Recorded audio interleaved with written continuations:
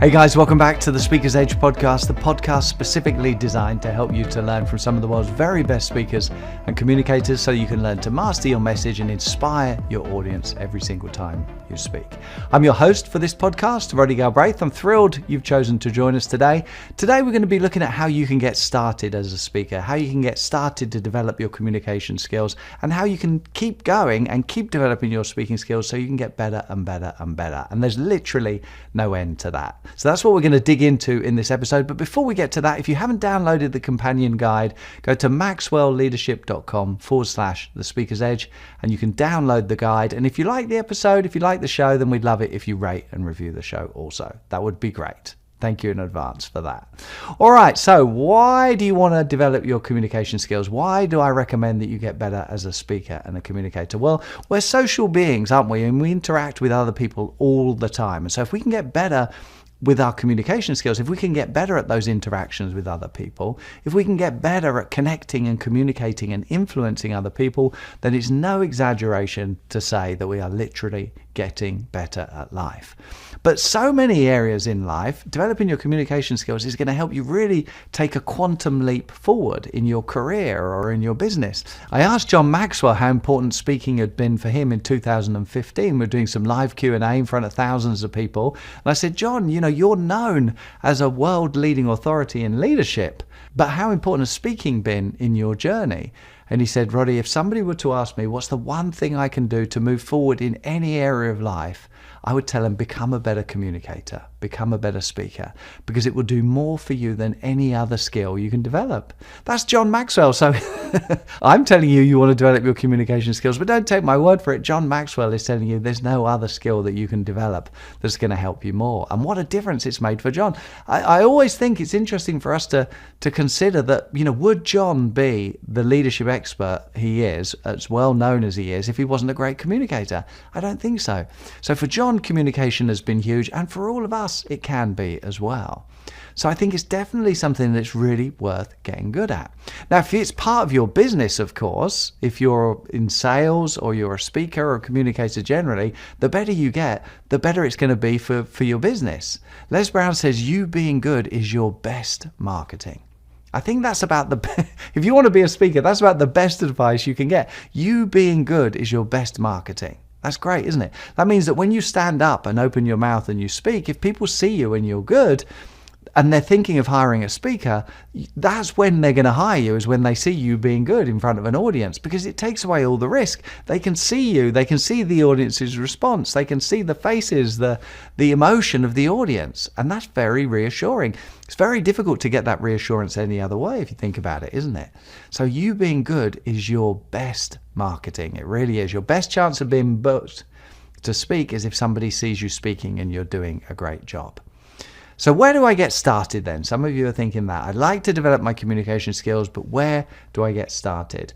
Well, I think the important thing to realize is developing any skill, and developing speaking is no different from learning to play a musical instrument or learning a foreign language or learning martial arts or ballet or swimming or any other complex skill. It doesn't happen overnight. It doesn't happen just because you want it to happen. It doesn't happen by magic. No one's going to do it for you. You have to develop gradually. You have to grow, and there's no shortcut to growth. With speaking, there's some areas where you can take shortcuts, but they tend to be in the structure of your message primarily. The growth is something that you can't shortcut. Think about learning to play a musical instrument. If you're learning to play the trombone, you can read a great deal about the trombone. You can learn to read music. But until you actually start practicing making the sound with the trombone and working out where the slide goes and what to do with your lips and all of those things, you can't play the trombone. You need to develop, you need to grow into that skill. And it happens day by day, not in a day. John talks about the law of process in his fantastic book, The 21 Irrefutable Laws of Leadership. Success happens day by day, not in a day. So we can't just get motivated and then grow overnight. We need to grow gradually. Another simple way of thinking about this is, let's say you want to go to the gym and you want to bench press 100 kilograms, or what is that, 220 pounds. That was my goal years ago. I want to be able to bench press 100 kilograms 8 times was my goal. I never quite got there. 5 was the best I got to. But let's say 220 pounds, 100 kilograms you want to bench press, and when you first go in, you can do 20 kilograms or 30 kilograms. Just because you want it, just because you're reading about it, it doesn't mean that you're going to be able to get there. The only way that you're going to be able to get there is if you grow little and often. So success happens day by day, not in a day. We can go to an event and we can get excited and we can get motivated and we can get inspired and we can come out like, "Whey, I'm firing on all cylinders now," and we still need to grow.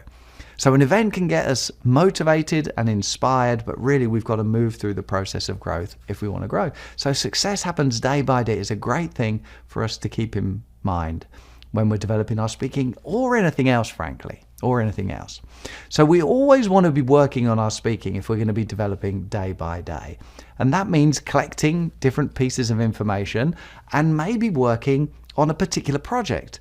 That's a good way for you to develop your speaking skills. Think about putting together a 10-minute lunch and learn, or a 10-minute presentation of some kind on something that you're interested in, or maybe a 40-minute keynote or a 40-minute signature story. Something that you're working on gives you something specific to focus on and collect information and stories and examples to help you move towards that. And if it is your business, reinvent yourself as an expert in that area. Now you may be thinking, yeah, but what if I don't feel like an expert?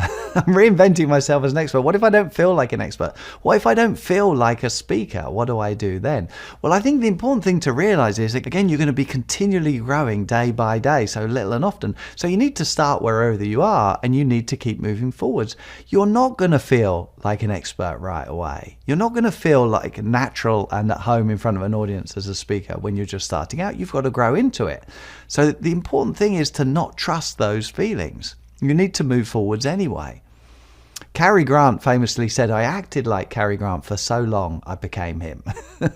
Isn't that great? I acted like Cary Grant for so long, I became him. So we can focus in a particular area and we can assume that identity and gradually grow into it. Now, it's going to feel awkward at first. Whenever you do anything new, whenever you do something that you haven't done before, if you don't have the skills, if you're not used to it, it's going to feel alien to you. There's lots of different examples you can do with your body. If you cross your fingers and knit your fingers together and put your left finger on top of your right finger, because that's the way you normally do it, if you do it the other way, it feels odd. But if you keep doing it, it gradually feels normal and natural. So when we say we feel like a natural or we feel very unnatural, it doesn't mean that we don't have the genes for it. It doesn't mean that we can't do it. It just means we're not in the habit of doing it, because habits are things that feel very natural to us. Habits are things that we can do without thinking. So at first, Cary Grant didn't feel like Cary Grant, but he acted like Cary Grant for so long, he eventually became Cary Grant. So don't worry if you don't feel like the person that you want to become. Don't worry if you don't feel like the expert that you're reinventing yourself at right away.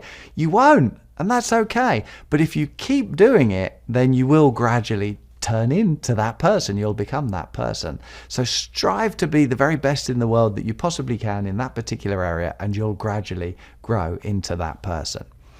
What if I feel overwhelmed? Some of you are thinking about that. Again, this is part and parcel of the process. This is normal. You're going to feel overwhelmed. It's not going to feel natural. It's not going to feel normal, because there's a lot that you don't know at first. When you first think about doing something, you're like, oh, this would be a great idea. And you imagine that you have all the information and you're going to move forward and it's going to be great. But then when you start, you realize there's a whole load of things that you hadn't considered. There's a whole load of things that you weren't prepared for. And suddenly it's overwhelming, because it's like, oh my goodness, there's so much for me to learn. There's so much I don't know. And there's more that you don't know that you're just not aware of yet. And that's okay. Overwhelm is part of the process when you do something new.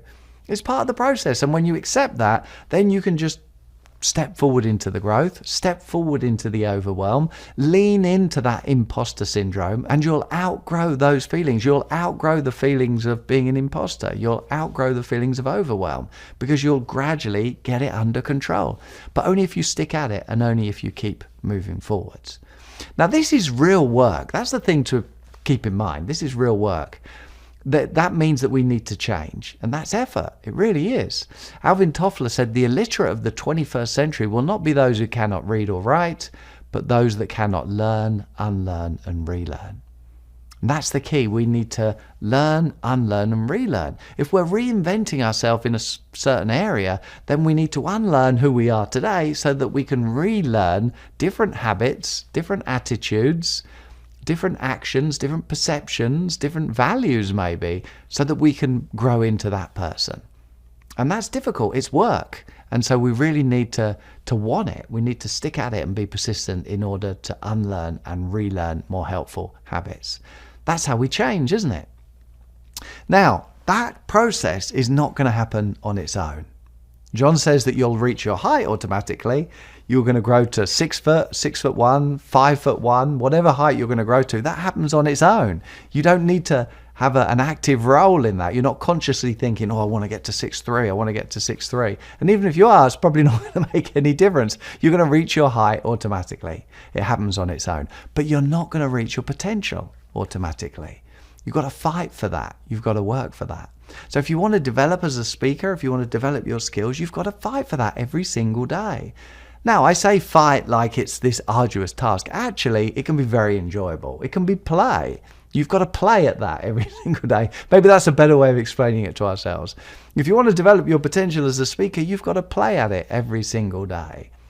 I remember interviewing Michael Beckwith from the Agape Church in LA years ago, and he said, remember that playing at something is a great way to develop the skill, because play is the same vibration as prayer. Isn't that wonderful? Play is the same vibration as prayer. If we play at it, if we keep experimenting with it, if we enjoy it, we're going to do a lot more of it, and we'll gradually discover better ways of doing it. We'll gradually develop better skills.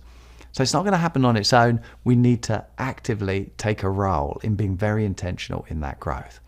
Some of you are thinking, yeah, but what if I get stuck on that process? You're going to get stuck. Keep going. Ask for help.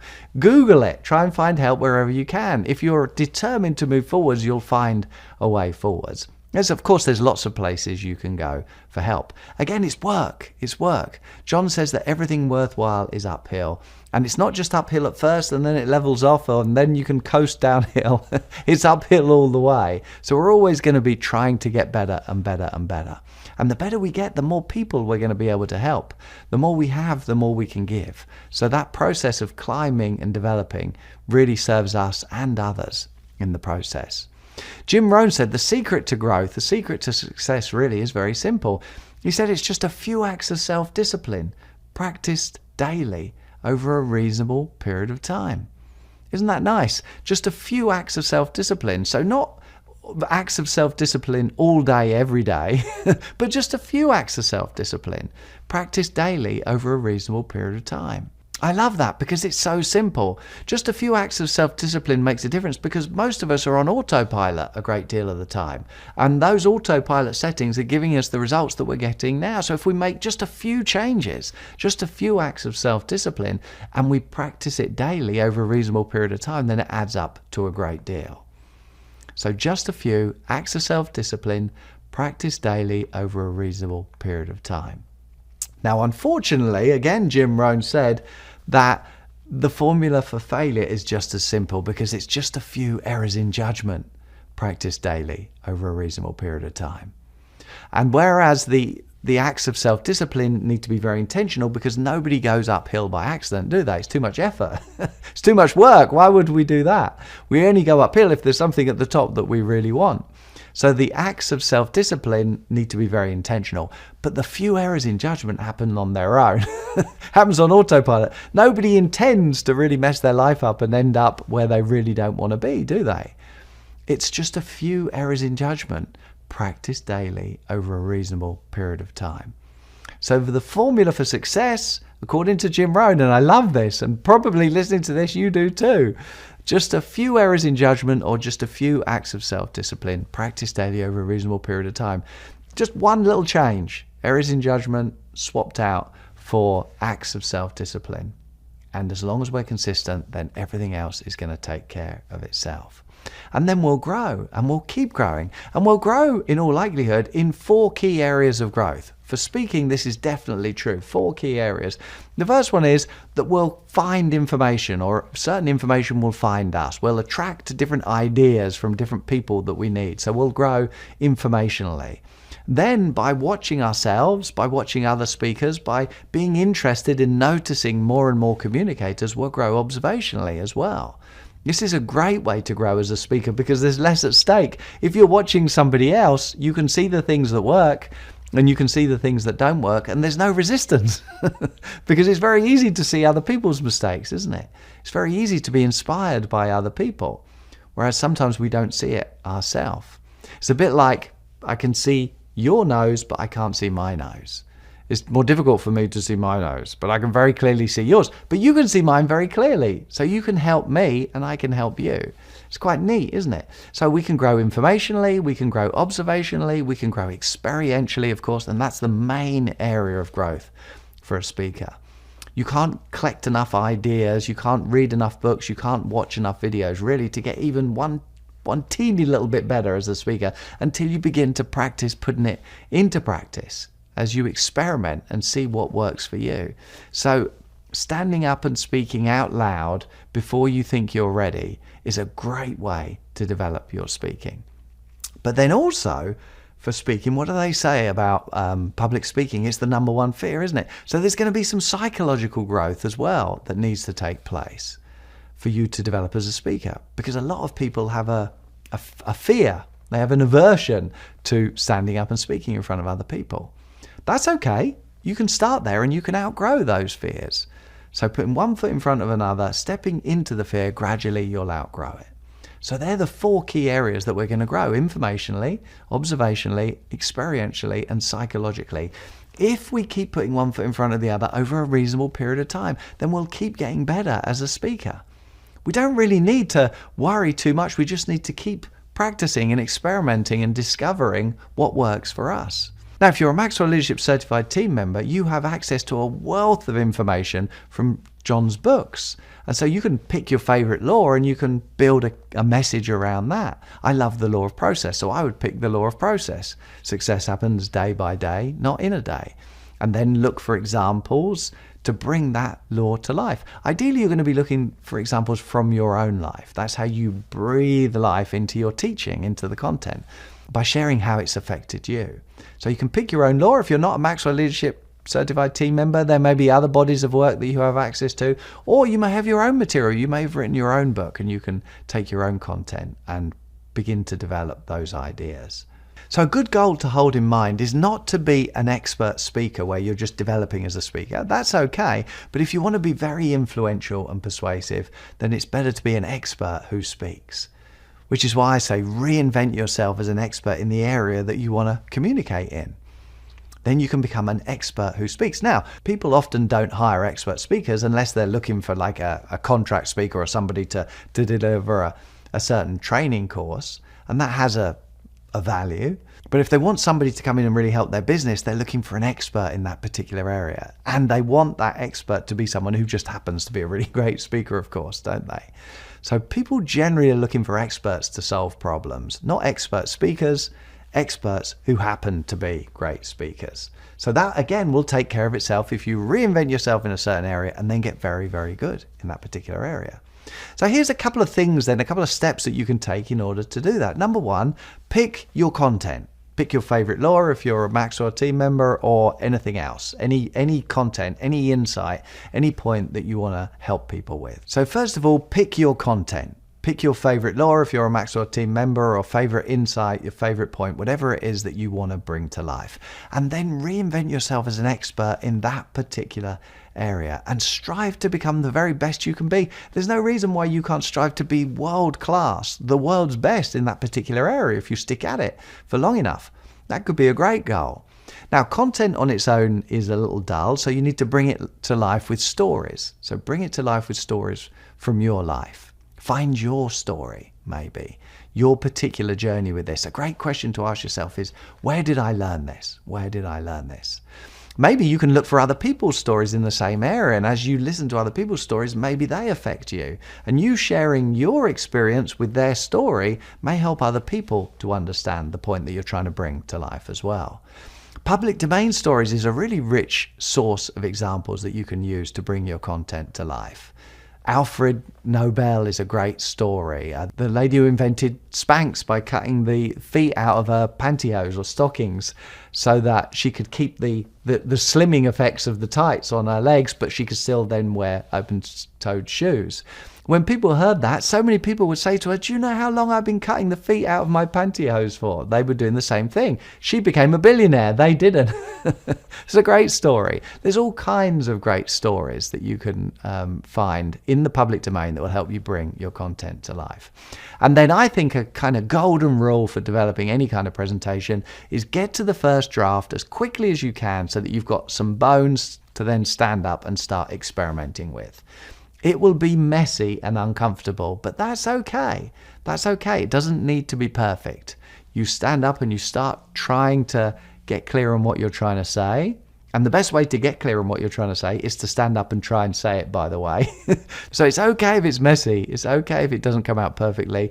You're going to get clearer on your ideas. And as you do that, you'll get better and better at the delivery.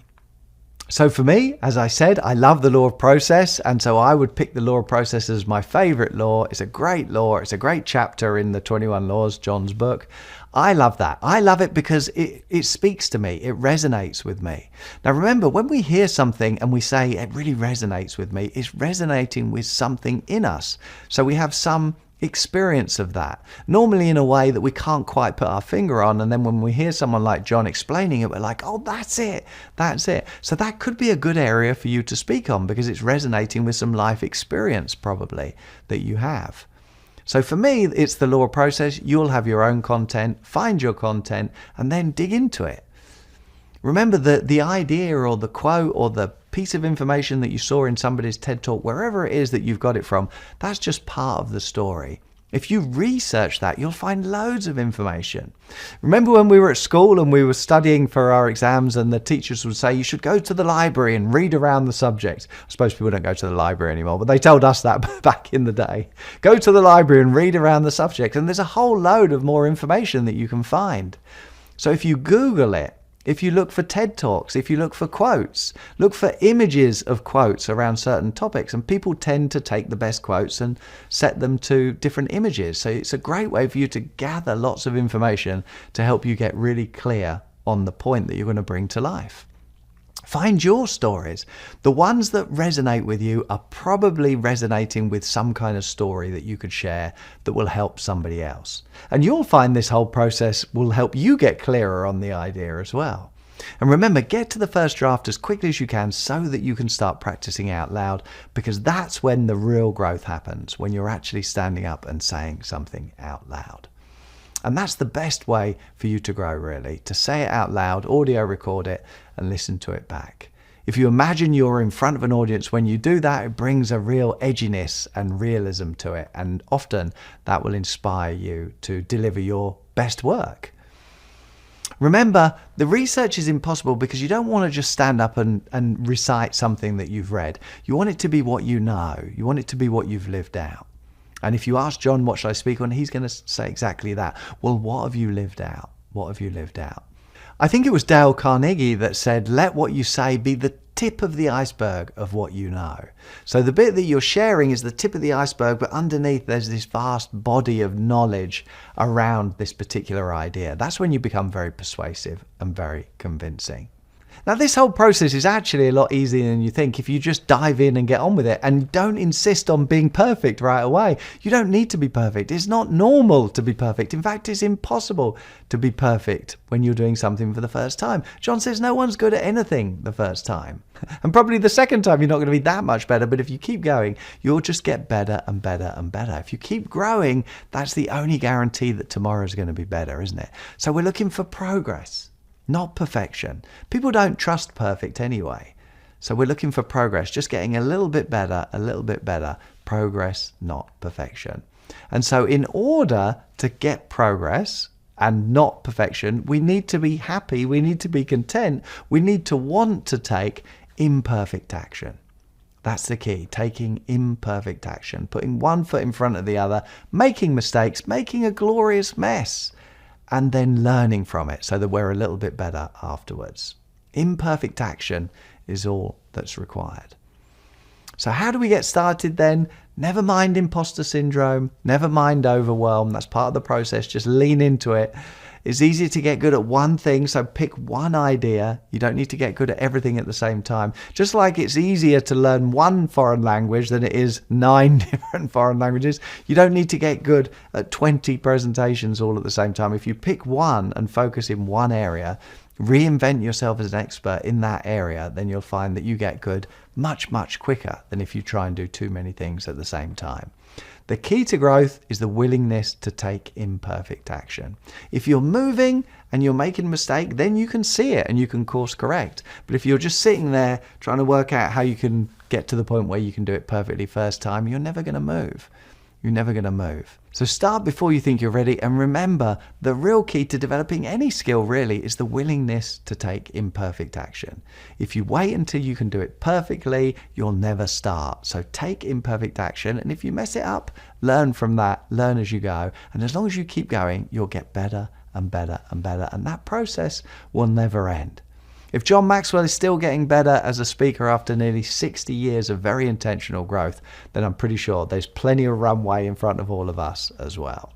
Okay, so that's it for this week. Before we wrap up though, you've heard me talk about the Maxwell Leadership Certified Team. If you're interested in being a coach, a speaker, a trainer, a leadership, career development, anything like that really, the Maxwell Leadership Certified Team is so vast, there's so much in it. But if you're looking at being a speaker, you want to develop your communication skills, it really is a no-brainer. I've been working with John on the Maxwell method of speaking since 2010.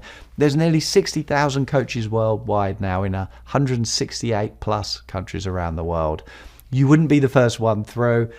Go to maxwellleadership.com/speak and jump on a call with a program advisor and find out about the program. It may be the very best call you've ever made. Don't forget to download the companion resources. Simply go to maxwellleadership.com/the speaker's edge. And remember, communication is a learnable skill, and it's one of the most important skills you can develop. You might say it is the most important skill that you can develop. It's a learnable skill. If you keep learning, you will learn to master your message and inspire your audience every single time you speak. Thanks for listening today. I'll see you real soon in the next episode. Take care. Lots of love. Bye-bye.